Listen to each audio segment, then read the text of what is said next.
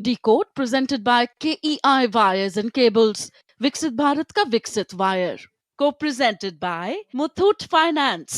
Gold Loan. सोना क्या नहीं कर सकता. Co-powered by Mongia Steels. Steel का बादशाह. In association with JK Smart Tire. Save fuel, stay safe. Dr. Ortho Ayurvedic Oil एवं कैप्सूल अब दर्द भी घुटने टेकेगा.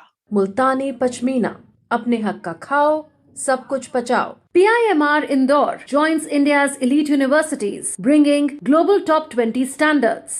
सभी पशुपालकों की पसंद, देश का नंबर 1 कपिला पशु आहार.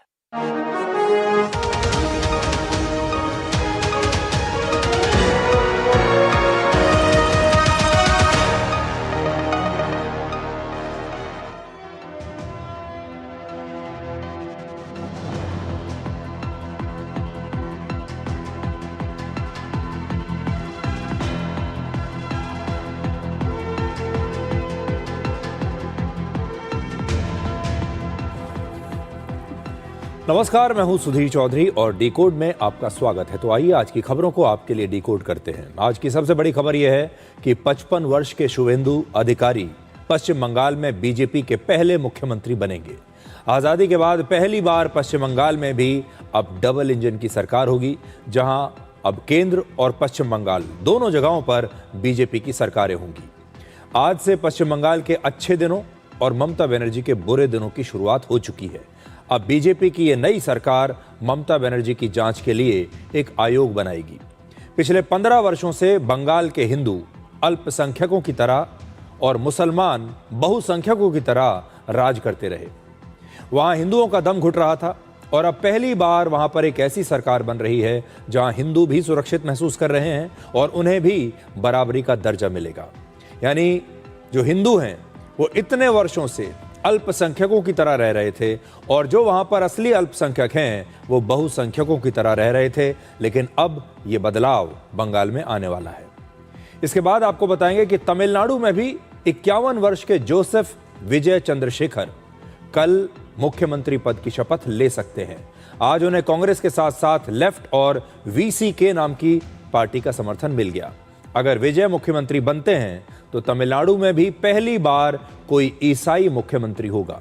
दिलचस्प बात यह है कि जिस तमिलनाडु में लगभग 6 करोड़ हिंदू रहते हैं, वहां मुख्यमंत्री एक ऐसे धर्म से होगा जिसकी आबादी तमिलनाडु में सिर्फ 4 लाख है। और आपको याद होगा, मुंबई में पिछले महीने एक ही परिवार के 4 लोगों की तरबूज खाने से मौत हो गई थी।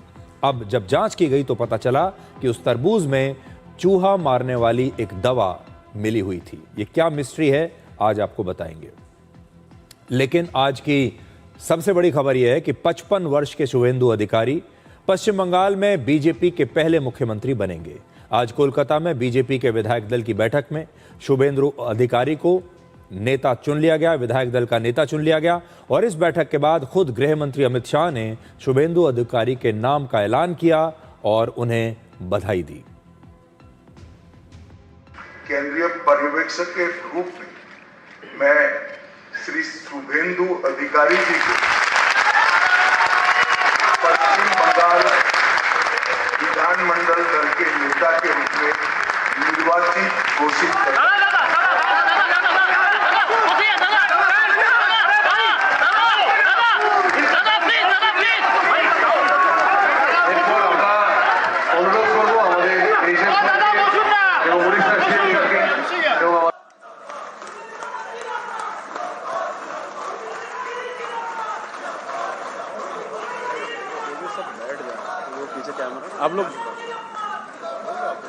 आप लोग बैठ जाओ।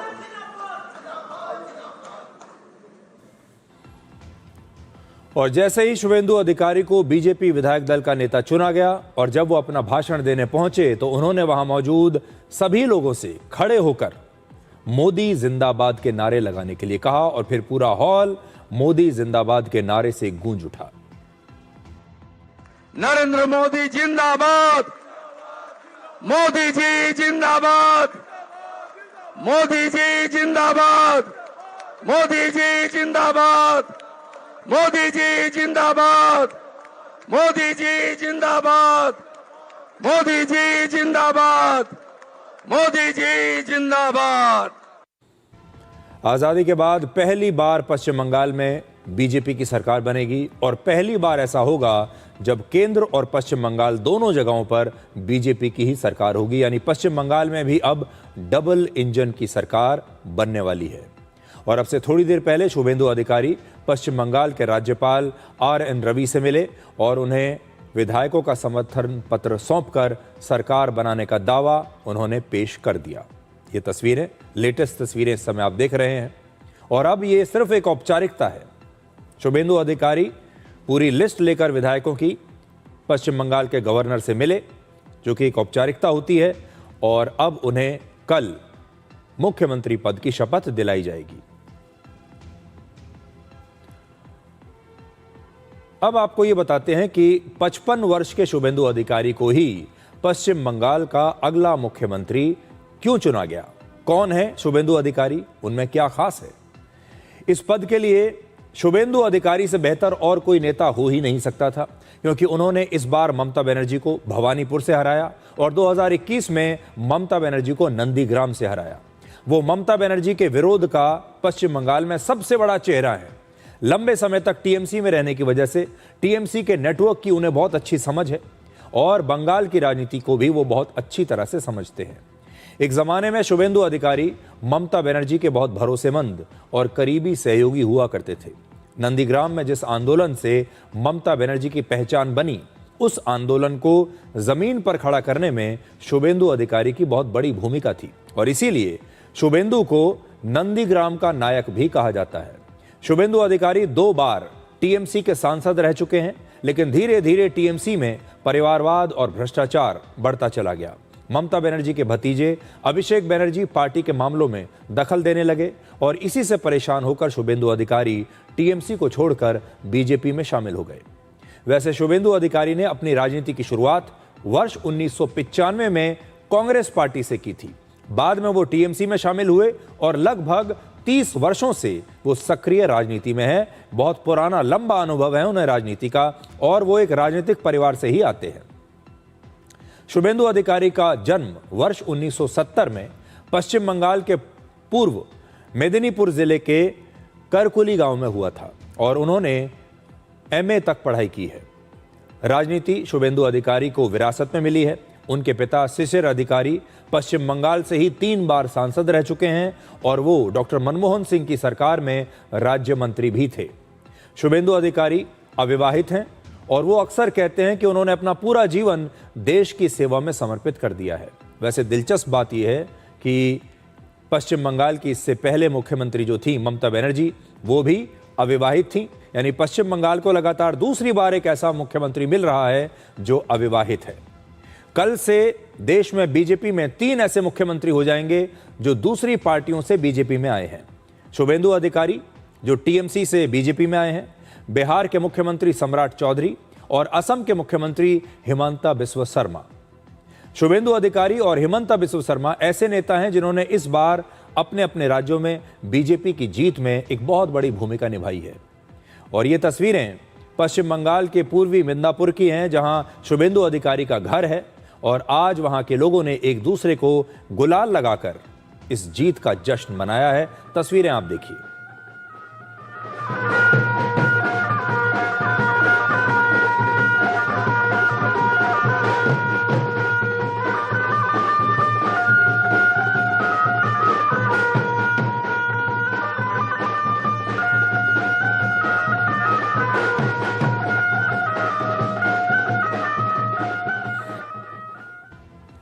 शुभेंदु अधिकारी 9 मई को सुबह 11 बजे कोलकाता के ऐतिहासिक ब्रिगेड परेड ग्राउंड में मुख्यमंत्री पद की शपथ लेंगे।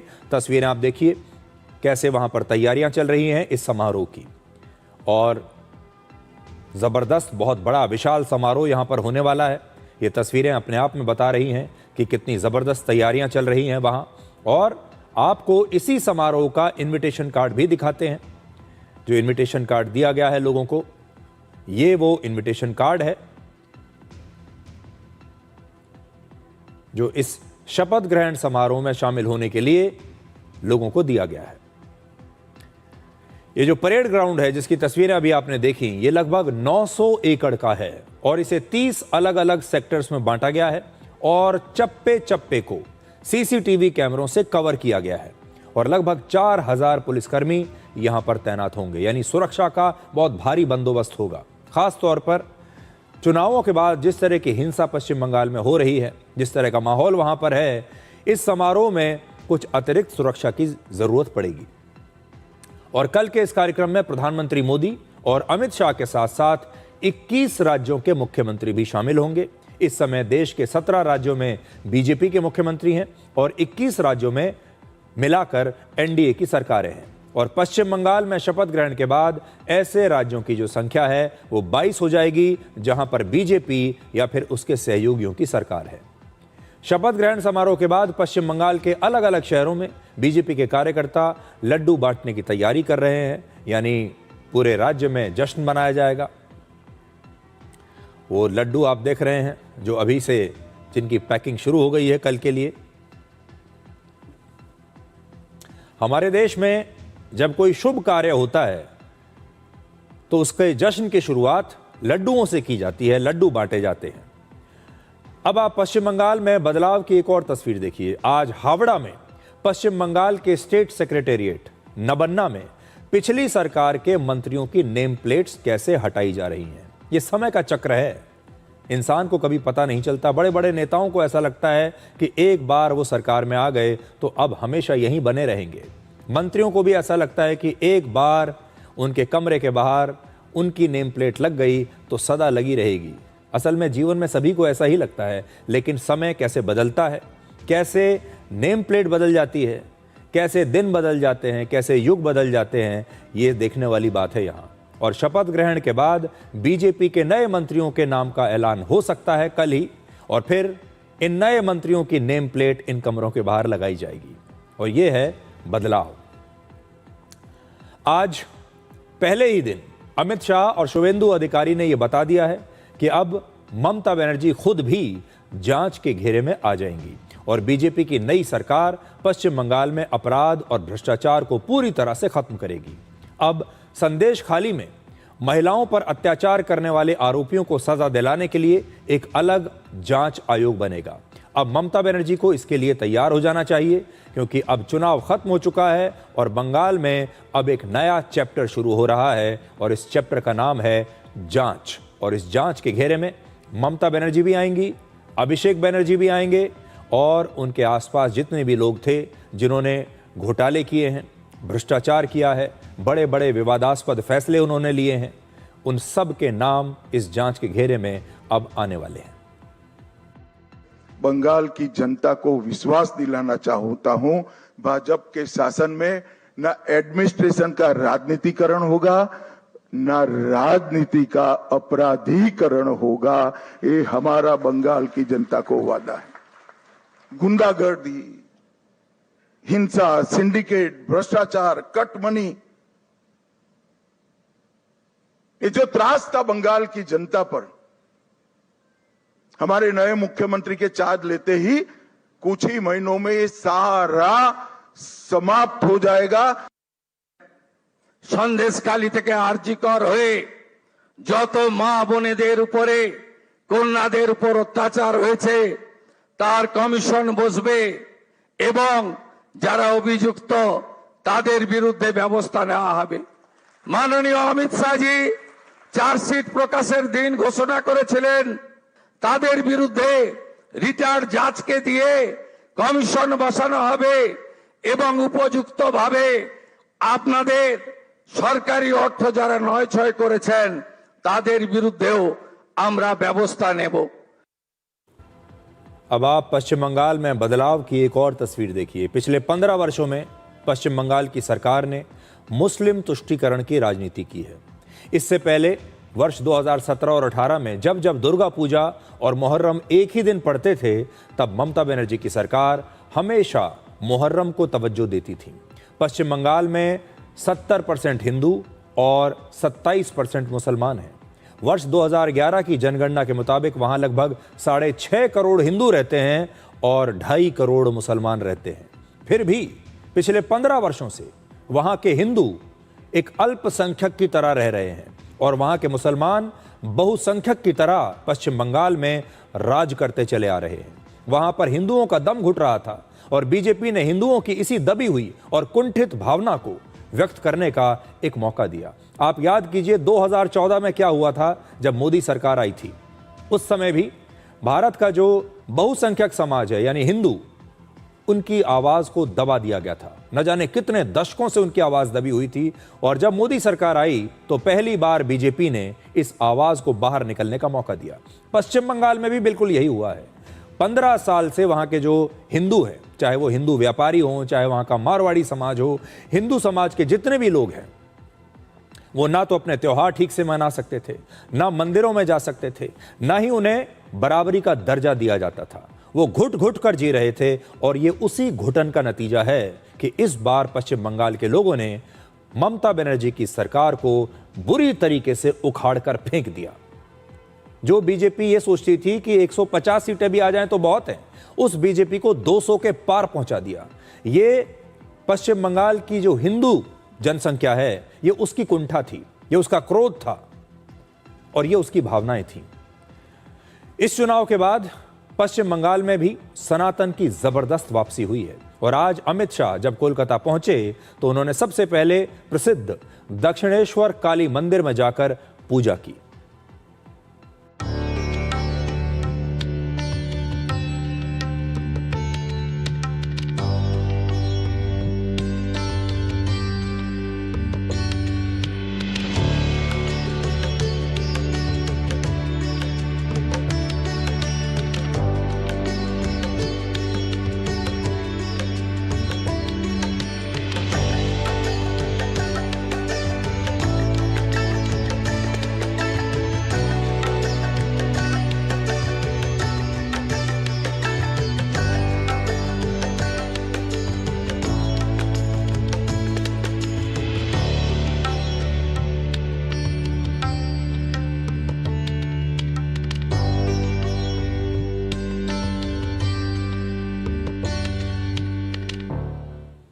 तो अमित शाह ने मंदिर में जाकर ये पूजा अर्चना करके एक बहुत बड़ा संदेश पश्चिम बंगाल के लोगों को दिया है। इससे पहले प्रधानमंत्री इन चुनावों से पहले चुनाव प्रचार के दौरान मंदिर में गए थे और मंदिर में जाना भी पश्चिम बंगाल के लोगों के लिए एक बहुत बड़ा संदेश था।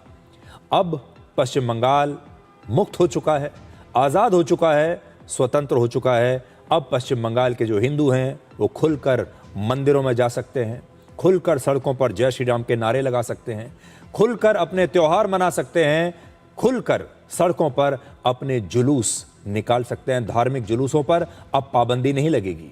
एक बहुत बड़ा बदलाव है पश्चिम बंगाल के लोगों के लिए। अब 3 पॉइंट्स में आप समझिए नई सरकार का रोड मैप क्या होगा।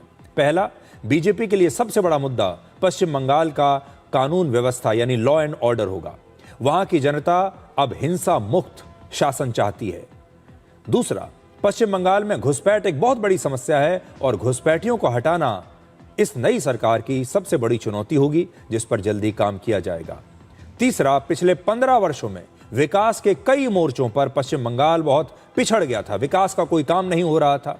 केंद्र सरकार जो नई योजनाएं लेकर आती थी, उन योजनाओं को ममता बनर्जी पश्चिम बंगाल में लागू नहीं होने देती थी।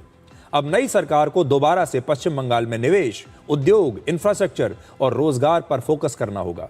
जो मोदी सरकार की कल्याणकारी योजनाएं हैं जो पश्चिम बंगाल में अभी तक लागू नहीं हो पा रही थीं, अब वो सारी योजनाएं भी पश्चिम बंगाल के लोगों तक पहुंचेंगी। आज अमित शाह ने भी कहा कि असम, त्रिपुरा के बाद अब पश्चिम बंगाल में भी बीजेपी की सरकार है, इसलिए घुसपैठ और गौ तस्करी पर पूरी तरह से रोक लगने वाली है। ये विजय का एक और मायना है। आज त्रिपुरा में हमारी सरकार है, असम में हमारी सरकार है और बंगाल में भी अब हमारी सरकार बनी है। घुसपैठ असंभव होने वाली है, गौ तस्करी असंभव होने वाली है और दृढ़ता के साथ बंगाल सरकार और भारत सरकार इस सीमा को राष्ट्र की सुरक्षा के अभेद किले के अंदर परिवर्तित कर लेगी। पश्चिम बंगाल में बीजेपी की जीत इतनी बड़ी थी कि आंकड़े उसकी गवाही अब खुद दे रहे हैं। आज कुछ नए आंकड़े हम आपके सामने रखना चाहते हैं कि पश्चिम बंगाल के लोगों ने कैसे बीजेपी को इतनी बड़ी जीत दिलाई है। तो आंकड़ा नंबर 1, बीजेपी इस बार हर सीट पर औसतन लगभग 11,000 वोटों के अंतर से चुनाव जीती है। 11,000 वोटों का अंतर विधानसभा चुनाव में एक बड़ा अंतर माना जाता है। इसका मतलब यह है कि इस बार टीएमसी और बीजेपी की लड़ाई में बराबरी की टक्कर नहीं थी, बल्कि बीजेपी टीएमसी से काफी आगे थी। दूसरा, 9 जिलों में टीएमसी अपना खाता तक नहीं खोल पाई। कम से कम 9 जिले ऐसे हैं जहां टीएमसी का खाता ही नहीं खुला। तीसरा, पश्चिम बंगाल के 23 में से 20 जिलों में बीजेपी नंबर 1 पार्टी रही। 23 में से 20 जिलों में। चौथा, पहली बार ऐसा हुआ कि पश्चिम बंगाल के हर जिले में अब बीजेपी का विधायक है। और पांचवी बात, पूर्व मेदिनीपुर, झारग्राम और दार्जिलिंग सहित 8 जिलों में बीजेपी ने 100% सीटें जीती हैं। सारी की सारी सीटें जीत ली। इस चुनाव में बीजेपी को पश्चिम बंगाल में 207 सीटें मिली हैं, जबकि टीएमसी को सिर्फ 80 सीटें मिली हैं। यह संख्या ही आपको बता रही है कि पश्चिम बंगाल के लोगों ने इस बार कितने जबरदस्त तरीके से बीजेपी को चुना है।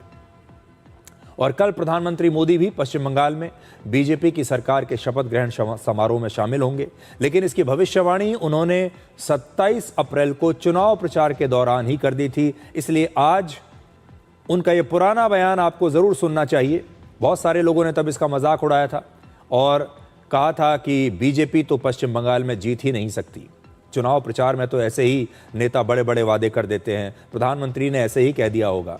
लेकिन प्रधानमंत्री ने उस दिन कितनी गंभीरता से ये बात कही थी और कहा था कि अब मैं आपको अगली बार मिलूंगा नई सरकार के शपथ ग्रहण समारोह में। सुनिए क्या कहा था उन्होंने 27 अप्रैल को। बंगाल में जहां जहां गया हूं, बंगाल के लोगों का जो मैंने मिजाज देखा है, मैं इस विश्वास के साथ वापस जा रहा हूं कि 4 मई के नतीजों के बाद बीजेपी के शपथ ग्रहण समारोह में मुझे आना ही है। और इसलिए मेरा उत्साह और बढ़ जाता है। तो प्रधानमंत्री मोदी की जो उम्मीद है ये बिल्कुल सही साबित हुई। अब पश्चिम बंगाल में 55 वर्ष के शुवेंदु अधिकारी अगले मुख्यमंत्री बनेंगे और तमिलनाडु में 51 वर्ष के सुपरस्टार विजय कल नए मुख्यमंत्री पद की शपथ ले सकते हैं, नए मुख्यमंत्री बन सकते हैं तमिलनाडु के। आज विजय ने राज्यपाल से मिलकर सरकार बनाने का अपना दावा पेश कर दिया है और अगर विजय मुख्यमंत्री बनते हैं तो तमिलनाडु में पहली बार कोई ईसाई मुख्यमंत्री होगा, पहली बार कोई क्रिश्चियन मुख्यमंत्री होगा। और इसके बाद विजय के समर्थकों ने जश्न मनाना अभी से शुरू कर दिया है। तमिलनाडु से तस्वीरें आ रही हैं, चेन्नई से। विजय के जो समर्थक हैं वो खुश हैं कि अब आखिरकार विजय सरकार बना लेंगे। तमिलनाडु में सरकार बनाने के लिए 118 सीटों की आवश्यकता है और विजय की पार्टी टीवीके के पास 108 सीटें हैं और अब कांग्रेस के 5, सीपीआई के 2, सीपीएम के 2 और वीसीके पार्टी के 2 विधायकों का समर्थन मिलने के बाद अब विजय के पास कुल 119 विधायकों का समर्थन हो गया है। तो अब वो इस स्थिति में आ गए हैं कि उनके पास बहुमत है और वो सरकार बना सकते हैं। ये जो पार्टियां हैं ये आप देख लीजिए, कांग्रेस ने पहले ही कह दिया था कि हम उन्हें समर्थन दे रहे हैं बिना किसी शर्त के। कांग्रेस के अलावा अब सीपीआई और सीपीएम उनके साथ आ गए और वीसीके भी उनके साथ आ गए और आज इन सभी पार्टियों ने उन्हें कह दिया कि हम आपको समर्थन देंगे और अब विजय अगले मुख्यमंत्री बन सकते हैं तमिलनाडु के। अगर विजय मुख्यमंत्री बन जाते हैं तो तमिलनाडु में पहली बार कोई क्रिश्चियन मुख्यमंत्री होगा। अपने पूरे चुनाव कैंपेन के दौरान विजय ने इस बात को जरा भी छिपाने की कोशिश नहीं की कि वो एक ईसाई हैं, वो एक क्रिश्चियन हैं। वो अपना पूरा नाम लगातार लोगों को बताते रहे। वर्ष 2011 की जनगणना के अनुसार तमिलनाडु की कुल जनसंख्या 7 करोड़ के आसपास है, जिसमें से 6% आबादी क्रिश्चियन है, 6% आबादी मुस्लिम है और तमिलनाडु में हिंदू आबादी है लगभग 87%। तो देखिए ये है ब्रेकअप तमिलनाडु की जनसंख्या का। सबसे दिलचस्प बात यह है कि जिस तमिलनाडु में 6 करोड़ से ज़्यादा हिंदू रहते हैं, वहाँ पर अगला मुख्यमंत्री एक ऐसे धर्म से आ रहा है जिसकी जनसंख्या तमिलनाडु में सिर्फ 4 लाख है। और विजय बार बार ये कहते रहे हैं कि वो एक क्रिश्चियन है और तमिलनाडु में अब पहली बार एक क्रिश्चियन मुख्यमंत्री बनने वाला है। असल में विजय एक बहुत बड़े सुपरस्टार हैं तमिलनाडु के, तमिल फिल्मों के। और असल में आपने ये देखा होगा, अगर कोई एक्टर हो या कोई खिलाड़ी हो, एक्टर और खिलाड़ी के मामले में जो उनके फैंस होते हैं वो ना तो उनका धर्म देखते हैं और ना ही उनकी जाति देखते हैं। कहीं भी आप देख लीजिए, अगर आप भारत की फिल्म इंडस्ट्री देखेंगे, हिंदी फिल्म इंडस्ट्री देखेंगे, तो वहाँ पर भी आपको ये देखने को मिलेगा। कहने को तो भारत में सबसे ज़्यादा हिंदू रहते हैं, लेकिन तब भी आज हमारी फिल्म इंडस्ट्री में जो सबसे बड़े स्टार्स हैं वो मुस्लिम हैं। शाहरुख खान है, सलमान खान है, आमिर खान है, और देश के करोड़ों हिंदू उन्हें अपना हीरो मानते हैं, क्योंकि फिल्मों के मामले में भारत की जनता ना धर्म देखती है ना जाति देखती है। ऐसा ही क्रिकेटर्स के मामले में भी होता है, बड़े बड़े खिलाड़ियों के मामले में भी होता है। जब उनके फैन बनते हैं तो हर धर्म के लोग बनते हैं, हर जाति के लोग बनते हैं। हमारे देश में लोग खिलाड़ियों को और जो सिनेमा से जुड़े लोग हैं, एक्टर्स हैं, इन्हें धर्म और जाति से ऊपर रखकर देखते हैं और उन्हें अपना नायक मानते हैं। और इसी का फायदा विजय को मिला है।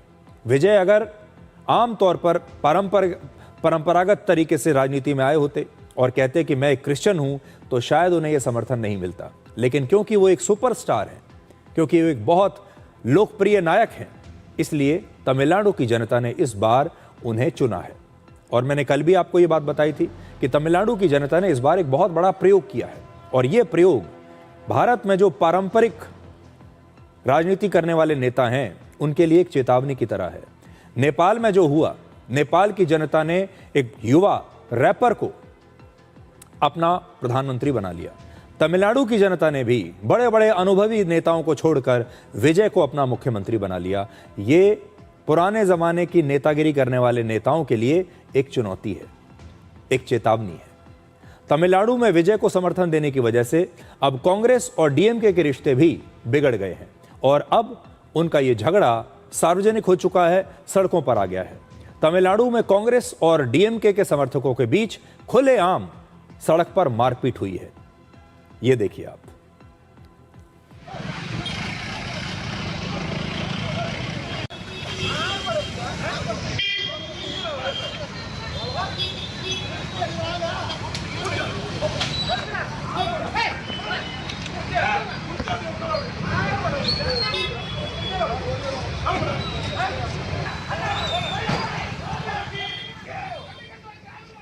अब तमिलनाडु में डीएमके के समर्थक जो हैं, डीएमके के जो कार्यकर्ता हैं, वो कांग्रेस का झंडा तक नहीं देखना चाहते। और ये तब है जब डीएमके और कांग्रेस ने मिलकर ये विधानसभा चुनाव लड़ा है। डीएमके और कांग्रेस दोनों सहयोगी पार्टियां हैं, दोनों ही विपक्ष का जो इंडिया अलायंस है उसके सदस्य रहे हैं, दोनों लगातार एक दूसरे का समर्थन करते रहे हैं। लेकिन अब दोनों के बीच में झगड़ा हो गया है।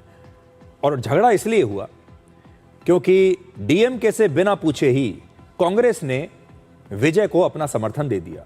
डीएमके का कहना है कि कांग्रेस ने विजय को समर्थन देकर तमिलनाडु की जनता का अपमान किया है, जनादेश का अपमान किया है और तमिलनाडु की जनता को धोखा दिया है। और अगर उन्हें समर्थन देना था तो पहले उन्हें डीएमके से पूछना चाहिए था, क्योंकि डीएमके तमिलनाडु में उनकी पार्टनर है, उनकी सहयोगी है। डीएमके से बिना चर्चा किए उन्होंने बिना किसी से पूछे, बिना कोई बात किए विजय को अपना समर्थन कैसे दे दिया। अब डीएमके और कांग्रेस के रिश्ते इतने खराब हो गए कि डीएमके की संसद में कांग्रेस के सांसदों के साथ डीएमके के जो सांसद हैं वो अब संसद में कांग्रेस के सांसदों के साथ बैठना नहीं चाहते। और लोकसभा में विपक्ष की सीटों पर डीएमके के सांसद कांग्रेस के सांसदों की बगल में बैठते हैं।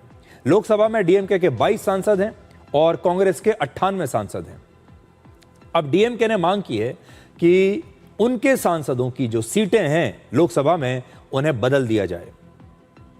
अब वो चाहते हैं कि उनके सांसद कांग्रेस के सांसदों के साथ ना बैठें। और इस सिलसिले में लोकसभा अध्यक्ष को डीएमके ने एक चिट्ठी लिखी है और उस चिट्ठी में लिखा है कि कांग्रेस के साथ हमारा गठबंधन समाप्त हो गया है, अब ये उचित नहीं होगा कि हमारे सांसद सदन में उनके साथ बैठें। तो नौबत यहां तक आ गई है कि डीएमके के सांसद अब कांग्रेस के सांसदों के साथ लोकसभा में बैठना तक नहीं चाहते, अपने लिए अलग सीट मांग रहे हैं और कह रहे हैं कि हमारी सीट यहां से हटाइए।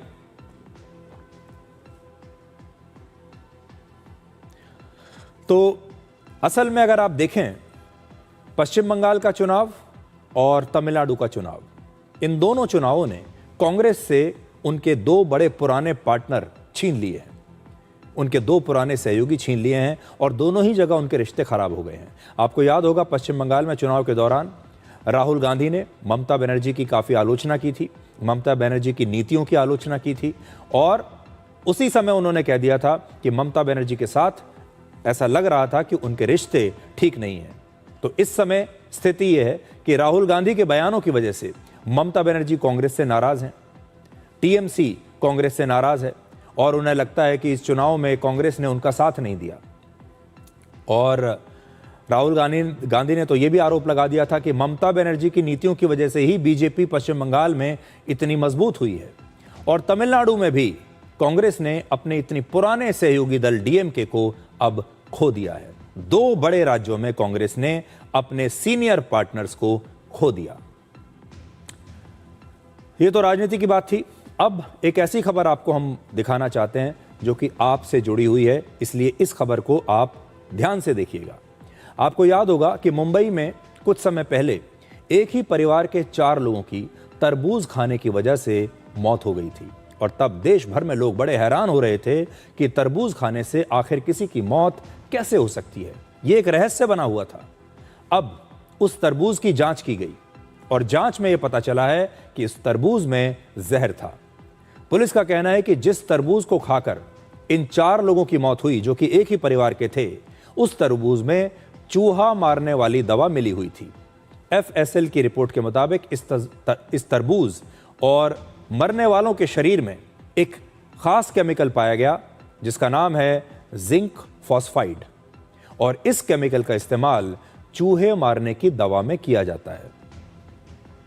अब बड़ा सवाल यह है कि आखिर तरबूज के अंदर यह चूहे मारने वाली दवा कैसे आई, तरबूज के अंदर यह केमिकल कैसे आया, और पुलिस इसकी जांच कर रही है कि यह केमिकल इस तरबूज में कैसे पहुंचा। तो इसकी 3 संभावनाएं हो सकती हैं इस पूरे केस की। पहला, क्या खेत में ही तरबूज में कोई जहरीला केमिकल मिला दिया गया था, क्योंकि आजकल खेती के दौरान फलों को और सब्जियों को पकाने के लिए गैर कानूनी तरीके से केमिकल्स का प्रयोग किया जाता है। खेतों और गोदामों में फलों और सब्जियों को चूहों से बचाने के लिए भी कई बार इस दवा का इस्तेमाल किया जाता है। ऐसे में यह संभव है कि इस तरबूज में किसी न किसी रूप में चूहे मारने वाली दवा अंदर रह गई हो और उसे खाने से ही इन 4 लोगों की मौत हो गई हो। लेकिन इस थ्योरी में एक और सवाल है। अगर ऐसा होता, अगर यही हुआ है, तो फिर तरबूज के उसी बैच के दूसरे तरबूजों में भी इसी प्रकार का जहर होना चाहिए था। मुंबई में न जाने कितने तरबूज बिक रहे थे, पूरे देश में कितने तरबूज बिक रहे थे, तो बाकी के जो तरबूज थे, अगर वो मान लीजिए एक ही खेत से आए थे, एक ही गोदाम से आए थे, तो बाकी के तरबूजों में ये जहर क्यों नहीं मिला, एक ही तरबूज में क्यों मिला? दूसरा, यह भी हो सकता है कि किसी ने इस तरबूज में जहर मिलाकर इन 4 लोगों की हत्या की हो, यानी ये असल में हत्या का मामला है। हालांकि पुलिस का कहना है कि अभी तक इस मामले में हत्या का कोई मकसद उनके सामने नहीं आया है कि कोई इनकी हत्या क्यों करेगा। और तीसरा, क्या इस परिवार ने तरबूज में जानबूझकर चूहे मारने वाली दवा मिलाई और इसे खाकर पूरे परिवार ने सामूहिक आत्महत्या कर ली? लेकिन ऐसे में सवाल यह है कि उन्होंने तरबूज में ही यह जहर क्यों मिलाया और तरबूज के जरिए ही उन्होंने यह आत्महत्या क्यों की? उसी रात को उन्होंने बिरयानी भी खाई थी। अगर जहर मिलाना होता तो बिरयानी में जहर मिलाया जा सकता था। जहर खाने के और भी कई तरीके थे, लेकिन तरबूज में जहर मिलाकर उसे खाना एक बिल्कुल नई चीज है। और इनकी मौत के बाद कोई सुसाइड नोट भी कहीं से परिवार में नहीं मिला है। तो अब ये अपराध की कहानी है, आत्महत्या की कहानी है, हत्या हुई है, आत्महत्या हुई है, या फिर वाकई तरबूज में पीछे से ही जहर मिलाकर आया था, ये और आगे जांच का विषय है। लेकिन आपको भी याद होगा कि इस घटना के बाद, इस खबर को देखने के बाद हमारे देश में बहुत सारे लोगों ने तरबूज खाना ही बंद कर दिया था। वो डर गए थे और शायद आप भी ऐसा ही कर रहे होंगे। ये खबर जब से आपने देखी होगी तो आप भी तरबूज को देखकर डर जाते होंगे, संभल संभल कर खाते होंगे। अब अगर आप तरबूज खरीदने जा रहे हैं तो आपको क्या करना चाहिए, कुछ बातें आज हम आपको बताना चाहते हैं। पहला, अगर तरबूज काटने पर तरबूज के अंदर से कुछ अजीब सी गंध आपको आए, कोई स्मेल आए, तो समझ लीजिए कि इसके अंदर कुछ खतरनाक हो सकता है। तो तरबूज काटने के बाद सूंघिए उसे और देखिए कि उसके अंदर से कोई बदबू तो नहीं आ रही है। दूसरा, तरबूज काटने पर अगर उसमें काला, नीला या हरा रंग आपको दिखाई दे या फिर कोई बड़ा धब्बा नजर आए तो उसमें कोई केमिकल होने की आशंका हो सकती है और ऐसे तरबूज को आपको बिल्कुल नहीं खाना चाहिए, तुरंत फेंक देना चाहिए या फिर कहीं रिपोर्ट करना चाहिए। तीसरा, तरबूज खरीदने से पहले उसे चारों तरफ से बहुत ध्यान से देखें। अगर तरबूज पर आपको ऐसा कोई निशान दिखे जिससे ये लगे कि तरबूज में कोई इंजेक्शन लगाया गया है, सुई का कोई निशान आपको दिखाई दे रहा है, तो उस तरबूज को बिल्कुल ना खरीदें। तरबूज जैसी चीजों में मिलावट की खबरें लोगों के भरोसे को तोड़ देती हैं। फलों और सब्जियों को हम पहले जिस भरोसे के साथ खाते थे, हम हमेशा ये सोचते थे कि जो बाकी की चीजें हैं उनमें तो मिलावट हो ही रही है, लेकिन फल और सब्जियों में मिलावट नहीं हो सकती। जब हम फल खाते हैं, सब्जियां खाते हैं, तो हम एक प्राकृतिक खाना खा रहे हैं, प्राकृतिक भोजन ले रहे हैं जो हमारे शरीर के लिए बहुत अच्छा है। हमारे परिवार में सभी लोग ये कहते हैं कि भाई फल खाया करो, सब्जियां खाया करो, बाहर की चीजें जो हैं इधर उधर की मत खाओ। लेकिन अब सोचिए, अगर फल और सब्जियों में भी जिस भरोसे के साथ हम खाते थे, अब वो भरोसा भी टूट रहा है। पहले से ही हमारे देश में दूध, घी और पनीर में मिलावट हो रहा है। आज समझ में नहीं आता कि कौन सा दूध लें, कौन सा घी लें, कौन सा मक्खन लें, कौन सा पनीर लें, और भी बहुत सारी चीजें हैं जिनमें मिलावट हो रही है। लेकिन अब जहरीले तरबूज की खबरों ने लोगों की चिंताओं को और बढ़ा दिया है। ऐसे में आम आदमी के मन में ये सवाल जरूर उठता है कि आखिर खाएं तो क्या खाएं। अब फलों और सब्जियों में भी मिलावट होने लगी, इसलिए जरूरी है कि आप अपने खाने पीने की चीजों को लेकर बेहद सावधान रहें। आपके स्वास्थ्य की बात चल ही रही है तो आपको एक और खबर बताते हैं। कोरोना वायरस को हमारे देश में लोग भूल चुके हैं। वो बहुत बुरा समय था, लेकिन कोरोना वायरस के बाद अब एक और वायरस से दुनिया डरी हुई है। दुनिया में अब एक नई महामारी का डर फैल चुका है और वो डर फैलाया है एक नए वायरस ने, और इस नए वायरस का नाम है हंता वायरस, और इससे अब तक 3 लोगों की मृत्यु हो चुकी है। डर यह है कि दुनिया में कहीं फिर से लॉकडाउन की नौबत ना आ जाए, कहीं ऐसा ना हो कि कोरोना वायरस की तरह यह हंता वायरस भी सब जगह फैल जाए। हंता वायरस आमतौर पर चूहों से इंसानों में फैलता है। हालांकि इसे कोविड-19 जैसा घातक नहीं बताया जा रहा, क्योंकि यह आमतौर पर इंसानों से इंसानों में नहीं फैलता। लेकिन MV होंडियस नाम के एक क्रूज शिप से आ रहे लोग इसी वायरस से संक्रमित पाए गए और 3 लोगों की मृत्यु हो गई, और इसी क्रूज शिप में इस वायरस का पहला केस मिला। तो सोचिए, ये जो क्रूज शिप आप देख रहे हैं, इसके अंदर यह महामारी फैल गई, और यह शिप 1 महीने पहले अर्जेंटीना से चला था और रविवार तक इसके स्पेन पहुंचने की उम्मीद है। अभी ये अर्जेंटीना से स्पेन के रास्ते में है, MV होंडियस। इसके बाद वर्ल्ड हेल्थ ऑर्गेनाइजेशन ने यह आशंका जताई है कि हंता वायरस इंसानों से इंसानों में भी फैला है। इसलिए इस वायरस ने अब एक नया डर फैला दिया, क्योंकि अगर ये इंसानों से इंसानों में फैलने लगा कोविड-19 की तरह, कोरोना वायरस की तरह, तो फिर यह खतरनाक हो जाएगा। इस क्रूज शिप में 2 भारतीय भी हैं, लेकिन उनमें वायरस के संक्रमण के कोई लक्षण अभी तक नहीं मिले हैं, और इस समय इन दोनों को भी निगरानी में रखा गया है। वर्ल्ड हेल्थ ऑर्गेनाइजेशन ने कुल मिलाकर 8 लोगों में इस वायरस के इन्फेक्शन होने की आशंका जताई है, और जब यह जहाज पश्चिम अफ्रीका में पहुंचा तो वहां जहाज से 3 संक्रमित लोगों को बाहर निकाला गया। इन्हें फिलहाल आइसोलेशन में रखा गया है, और इसके बाद ही इस क्रूज शिप को स्पेन के लिए रवाना किया गया।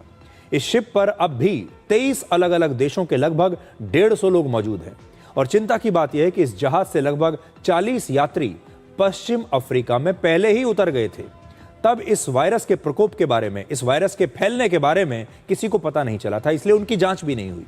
वो लोग क्रूज से उतरकर अब अपने अपने देशों में जा चुके हैं। अब तब तक इस वायरस की खबर आई नहीं थी। उससे पहले ही ये सारे लोग निकल गए, अपने अपने देशों में पहुंच गए।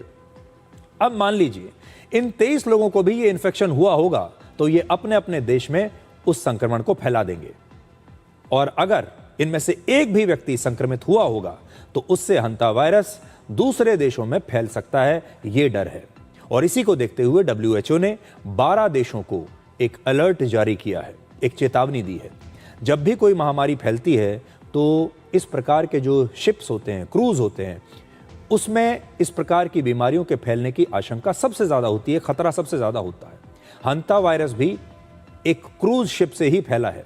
असल में क्रूज में केबिन, डाइनिंग रूम, लिफ्ट और थिएटर जैसी भीड़भाड़ वाली बंद जगहें होती हैं, और इन जगहों से संक्रमण बहुत तेज़ी से फैलता है। जब क्रूज शिप कहीं चलता है तो एक आइसोलेशन में होता है, बाहर निकलने का कोई रास्ता नहीं है। उसी शिप के अंदर अगर एक व्यक्ति को संक्रमण हो जाए तो सारे लोगों को भी संक्रमण होने की जो आशंका है वो ज़्यादा बढ़ जाती है। खाने पीने की व्यवस्था, डाइनिंग हॉल सब एक ही जगह होता है, एक ही बर्तन बार बार इस्तेमाल किए जाते हैं। क्रूज़ में दुनिया के अलग अलग हिस्सों से हज़ारों लोग आते हैं।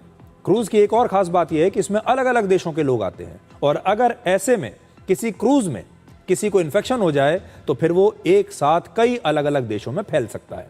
अक्सर क्रूज़ में संक्रमण इसलिए भी ज़्यादा फैलता है क्योंकि यात्री आइसोलेशन के डर से लक्षणों की जानकारी किसी को देते नहीं, बताते ही नहीं है। बहुत सारे यात्री छिपा लेते हैं कि उन्हें कोई इन्फेक्शन है। क्रूज़ पर मेडिकल फैसिलिटीज़ होती हैं, लेकिन ये उतनी नहीं होती जितने की अस्पतालों में होती हैं, उतनी नहीं होती जितने की हंता वायरस या कोविड-19 के समय ज़रूरत होती है।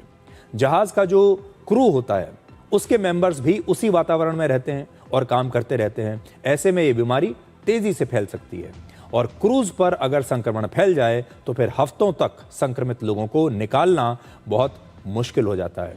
इसलिए अगर आपको कभी भी किसी क्रूज़ में जाना हो तो बहुत संभल कर जाइए, क्योंकि क्रूज़ जो हैं वो इन्फेक्शन के सबसे बड़े घर माने जाते हैं। कोविड-19 के दौरान भी वर्ष 2020 में ब्रिटिश अमेरिकी क्रूज़ कंपनी के डायमंड प्रिंसेस नाम के क्रूज़ में 619 यात्री और क्रू मेंबर्स संक्रमित पाए गए थे, और जहाज में संक्रमण बहुत तेजी से फैला था तब। हालांकि बाद में आइसोलेशन और क्वारंटीन जैसे कदमों की वजह से महामारी को फैलने से काफ़ी हद तक रोक लिया गया था, लेकिन उस समय ये एक बहुत बड़ी चिंता का विषय तब बन गया था। तो देखिए, चाहे कोविड-19 हो और या फिर अब हंता वायरस हो, जब क्रूज़ में ये फैलता है, जब किसी शिप में ये फैलता है तो फिर बहुत तेज़ी से फैलता है। अभी हम आपको ये नहीं कह रहे कि आपको पैनिक करना चाहिए, आपको घबरा जाना चाहिए, लेकिन जो बड़े बड़े वायरस इन्फेक्शंस जब शुरू होते हैं तो ऐसे ही शुरू होते हैं, 2-3 लोगों से, एक शिप से, किसी एक ख़ास शहर से। आपको याद होगा कोविड-19 भी, कोरोना वायरस भी ऐसे ही पहले एक शहर में हुआ, उसके बाद धीरे धीरे धीरे पूरे देश में फैला और फिर पूरी दुनिया में फैल गया। शुरू में तब कोविड-19 के लिए भी यही कहा जाता था कि घबराने की कोई आवश्यकता नहीं है, पैनिक की कोई आवश्यकता नहीं है, लेकिन ये जो बीमारियां होती हैं, ये जो इन्फेक्शन होते हैं, कब काबू के बाहर निकल जाएं कोई कह नहीं सकता। इसलिए हमेशा सावधान रहिए।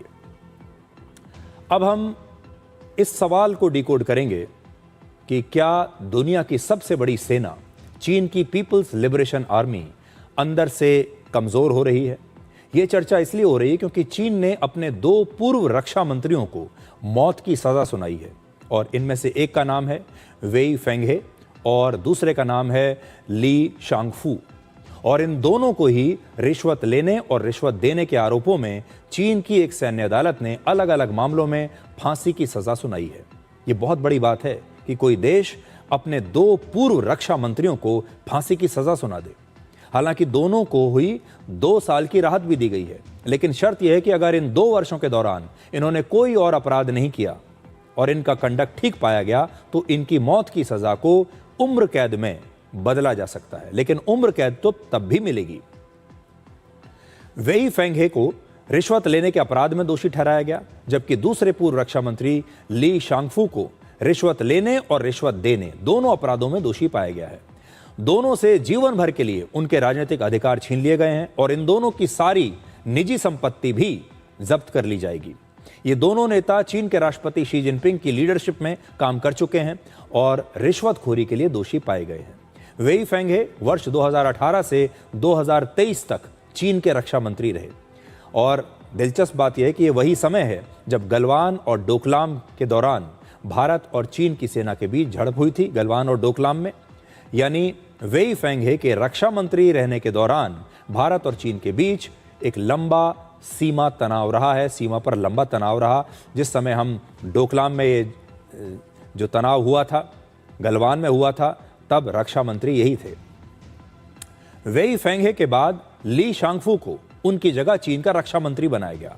ली शांगफू मार्च 2023 से अक्टूबर 2023 तक केवल 7 महीनों के लिए ही रक्षा मंत्री रहे। तो यह बहुत पुरानी बात नहीं है, 2023 तक ये रक्षा मंत्री हैं। राष्ट्रपति शी जिनपिंग ने उन्हें भी हटा दिया था और वेई फेंघे 6 साल पहले भारत का दौरा भी कर चुके हैं।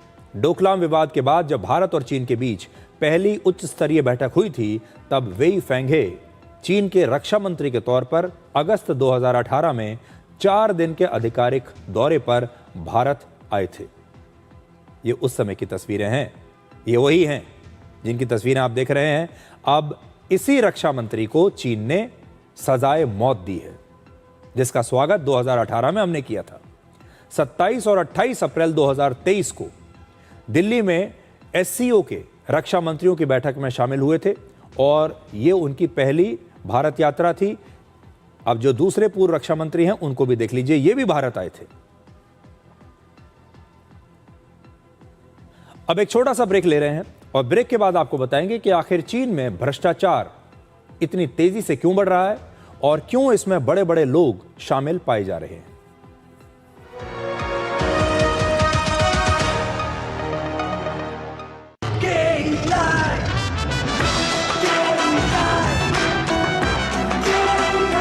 विकसित भारत का विकसित भारत।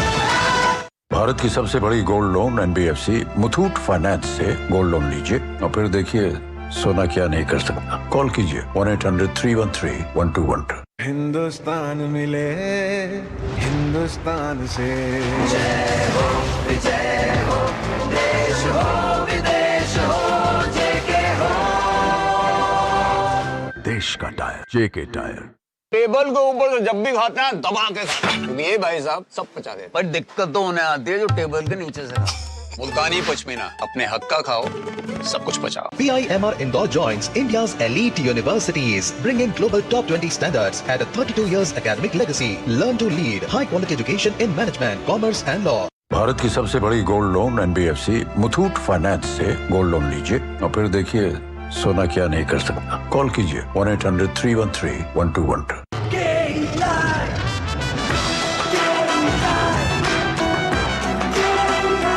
विकसित भारत का विकसित भारत।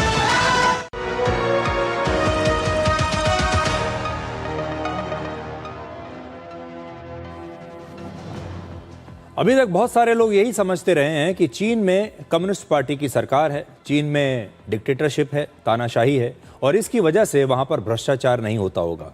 लेकिन जिस देश के एक नहीं दो पूर्व रक्षा मंत्रियों को रिश्वत लेने के मामले में सजाए मौत दी गई हो, वहां भ्रष्टाचार किस स्तर का है इसका अंदाजा आप लगा सकते हैं। और ये पहली बार नहीं है जब चीन में इतने बड़े पदों पर बैठे लोगों को बड़ी बड़ी सजाएं सुनाई गई हैं। इससे पहले चीन की सिक्योरिटी सर्विसेज के प्रमुख को वर्ष 2015 में उम्र कैद की सजा सुनाई गई थी। इस पर भी रिश्वत लेने और पद का दुरुपयोग करने और खुफिया जानकारियां लीक करने का आरोप था। एक बैंकर को वर्ष 2021 में भ्रष्टाचार के ही आरोप में मौत की सजा सुनाई गई।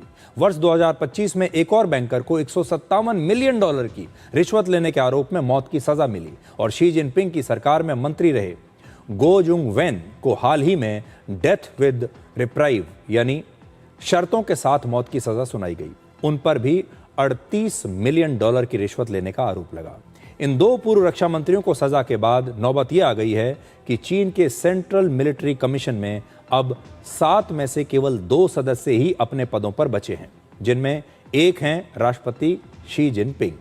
सेंट्रल मिलिट्री कमीशन चीन की सर्वोच्च सैन्य कमान और फैसला लेने वाली संस्था है और चीन की सेना यानी पीपल्स लिबरेशन पार्टी CMC को ही रिपोर्ट करती है और उसमें शामिल जो लोग हैं वो भ्रष्टाचार में लिप्त पाए जा रहे हैं। ये चीन के लिए एक बहुत चिंता का विषय है। और जल्दी से आपको कुछ नए डेटा बताते हैं अपराध के बारे में। नेशनल क्राइम रिकॉर्ड्स ब्यूरो के नए आंकड़ों के मुताबिक हमारे देश में अपराध पर सालाना रिपोर्ट आई है, उस पर जरा नजर डालिए। वर्ष 2024 में लगभग 2 करोड़ आपराधिक शिकायतें मिली और 58 लाख से ज्यादा एफआईआर दर्ज हुई। इस रिपोर्ट के मुताबिक भारत में हर 19 मिनट में एक हत्या होती है और हर 18 मिनट में एक बलात्कार होता है। हर 3 मिनट में एक व्यक्ति आत्महत्या करता है और हर 1 मिनट में एक चोरी होती है और हर 5 मिनट में भारत में एक अपहरण होता है। यह है एनसीआरबी का नया डेटा। अब एक छोटा सा ब्रेक और ब्रेक के बाद डिकोड जिंदगी में आपको दिखाएंगे आज का विचार।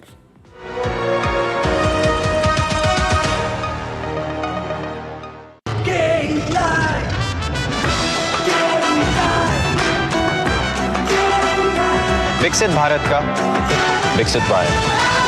भारत की सबसे बड़ी gold loan NBFC Muthoot finance से गोल्ड लोन लीजिए और फिर देखिए सोना क्या नहीं कर सकता। कॉल कीजिए 1-800-313-1212। PIMR Indore joins India's elite universities, bringing global top 20 standards at a 32 years academic legacy. Learn to lead, high quality education in management, commerce and law.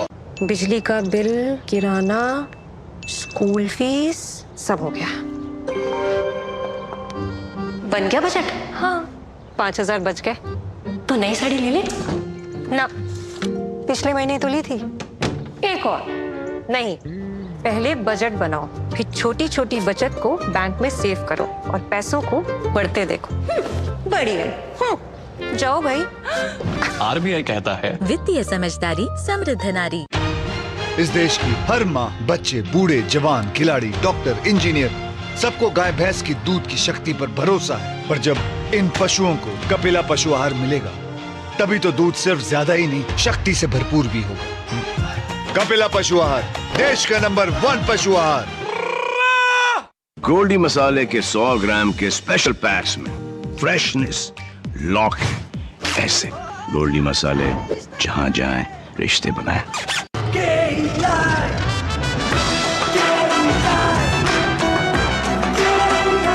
विकसित भारत का विकसित भारत।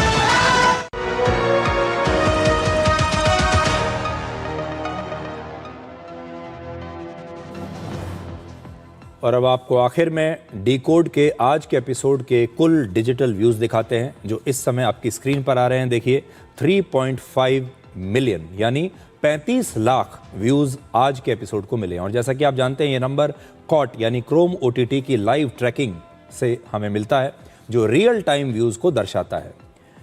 अब अगर हम कल जो हमने आपको बताया था डेटा उस पर फिर से नजर डालें तो इसमें ये बात सामने आई थी कि हमारे दर्शकों में औसतन 73% पुरुष हैं और 27% महिला दर्शक हैं। तो ये देखकर वाकई बहुत खुशी होती है कि हर 4 में से एक महिला इस समय न्यूज़ देख रही है। और हमारी कोशिश ये है कि हर 4 में से एक महिला न्यूज़ ना देखे, 100% महिलाएं ऐसा समय आना चाहिए जब वो न्यूज़ देखें, करंट अफेयर्स के प्रोग्राम्स देखें, न्यूज़ चैनल्स देखें। लेकिन ये भी बहुत बड़ी बात है कि इतनी बड़ी संख्या में पुरुष तो हमें देख ही रहे हैं लेकिन महिलाएं भी डिकोड को दूरदर्शन पर देख रही हैं। तो आज के लिए डिकोड में इतना ही। अब आपसे हमारी अगली मुलाकात होगी कल रात 9 बजे। तब तक आप खुश रहिए, सुरक्षित रहिए, स्वस्थ रहिए। और टेंशन, डिप्रेशन और बेचैनी इंसान को तभी होती है जब वो खुद के बारे में कम और दूसरों के बारे में ज्यादा सोचता है। नमस्कार।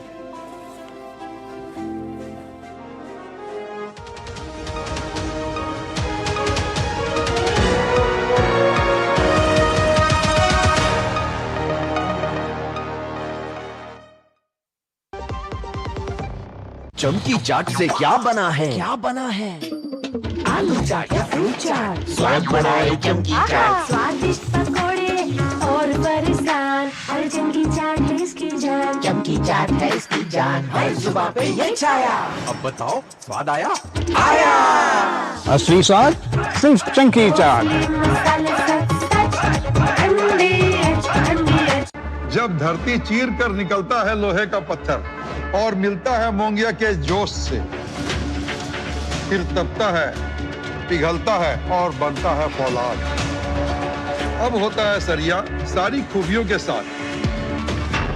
मोंगिया स्टील, मजबूत देश का मजबूत सरिया। सिप सिप जीरा सिप MDH का जलजीरा जीरा सिप प्यास बुझाए ठंडक लाए सबको भाई जीरा सिप MDH का जलजीरा जीरा सिप जीरा सिप असली रिफ्रेशिंग, असली स्वाद, असली मजा। MDH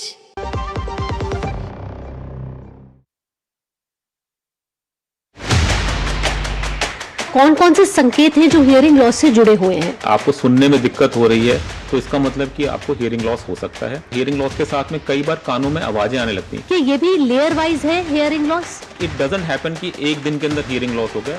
it will happen over years. अगर डिवाइस के लिए बोल दिया गया है तो एक बाहर की डिवाइस लगती है, एक अंदर की डिवाइस लगती है। हियरिंग नर्व होती है, 8th नर्व जो सेंसेशन को, हियरिंग सेंसेशन को कान से दिमाग तक ले जाती है। अगर उसमें प्रॉब्लम है तो ऐसे कंडीशन में हमें हियरिंग एड से ही फायदा हो सकता है। रूल क्या कहता है? क्या कोई ऐसा रूल है कि आप इस डेसिबल से ज्यादा ना सुने, नहीं तो खतरा हो सकता है? कि आपको 60 मिनट से ज्यादा ईयरफोन्स यूज नहीं करना है पर डे।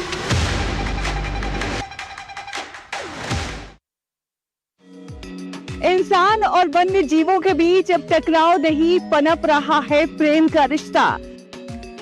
बात होगी नॉर्थ ईस्ट में सफलता की इबारत लिखते रियल हीरोज की।